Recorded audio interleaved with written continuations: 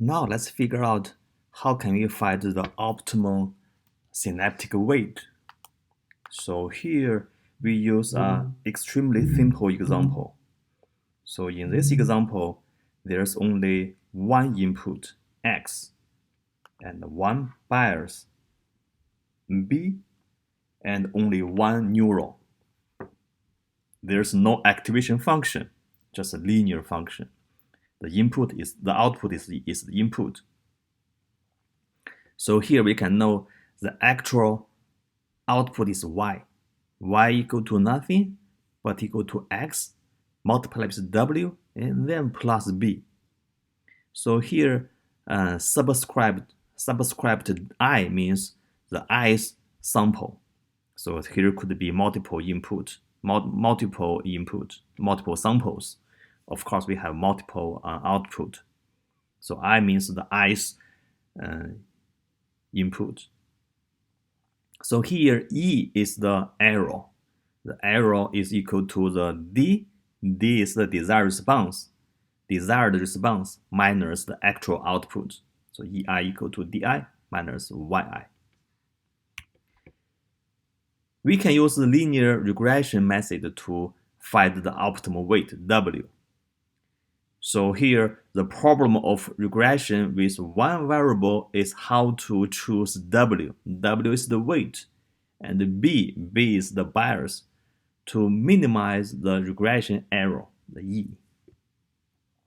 So here, the least square method aims to minimize the cost function, the epsilon. We want epsilon has the minimum value. The epsilon is nothing but equal to the summation of all these regression errors square. So here n has n samples, n input value. So we want to make the epsilon equal to has the minimum value. So now we know for any function, if we want to find its minimum value or minimum error, what we can do is we can do the derivative of epsilon respect to w equal to 0. That way we can find the optimum weight. And same time we can find the derivative of epsilon respect to b equal to 0. Therefore, we can find the optimum bias. Now let's look at this equation. We basically know a few things. The first one is epsilon. This one equal to 1 over 2. And then summation I equal to 1 to n. And then here's the EI square. And we know the EI equal to DI minus YI. The subscribed I means that is the ith input. Of course, we know YI equal to W and XI. So let's go back to check whether it's correct. WI plus B. Okay, we forget B. And then plus B. So if we put that together, we got the cost function epsilon equal to 1 over 2, and then find the summation I equal to 1 to infinity. No, infinity. I'm sorry. It's not infinity. It's equal to n. Here's n. And EI equal to DI. DI. Y equal to this, minus W, XI, and minus B, and square. Okay, we got this is the cost function. And here our goal is we want to find the cost function, do the derivative respect to W and respect to B equal to 0. Okay, let's put this together.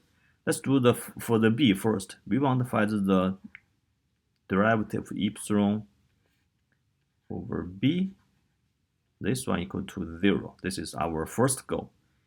And let's do this. Let's find the derivative. Epsilon to b. This one equal to, you can see, to b, that's equal to 1 over 2. And then multiply with 2. And then do the summation I equal to 1 to n.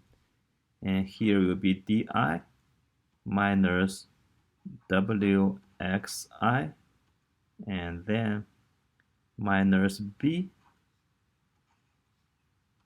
and then multiply with the, we need to find the derivative of di respect to b, that equal to 0. Derivative of second term respect to b equal to 0. And third term, that's equal to minus 1. So this one cancel this 2.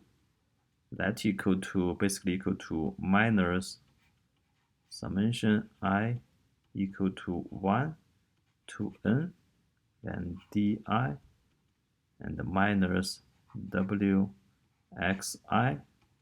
and minus b. Okay, we know this one should equal to 0. Okay, we got the first equation. And we can, since this is summation is a linear operation, so this one can write as this, equal to minus summation I equal to 1 to n, and di, and then minus, then plus, minus plus, then plus summation I equal to 1 and n and wxi, and then it's plus I equal to n and b. This one equal to 0. And we call this one is equation 1.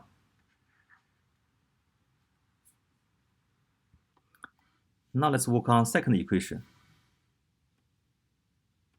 Second one is the derivative of cost function respect to w. This one equal to 0. So here, similar, we can get epsilon to w. This one equal to 1 over 2. And then summation I equal to 1 to n, and di minus wxi, and minus b square, and according to respect to w. So this one equal to, you can do, this one is equal to 1 over 2, and then multiply with 2, and then summation, and inside will be di minus wxi minus b, and then do the respect to w. The first term respect to w equal to 0, and second one respect to w equal to minus 1, and third term equal to 0.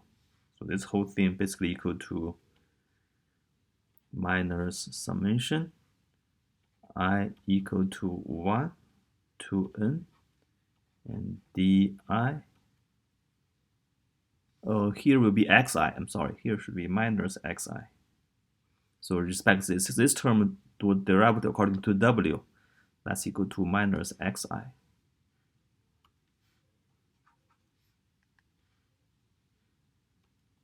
This minus xi, di xi, and then the second term will equal to plus.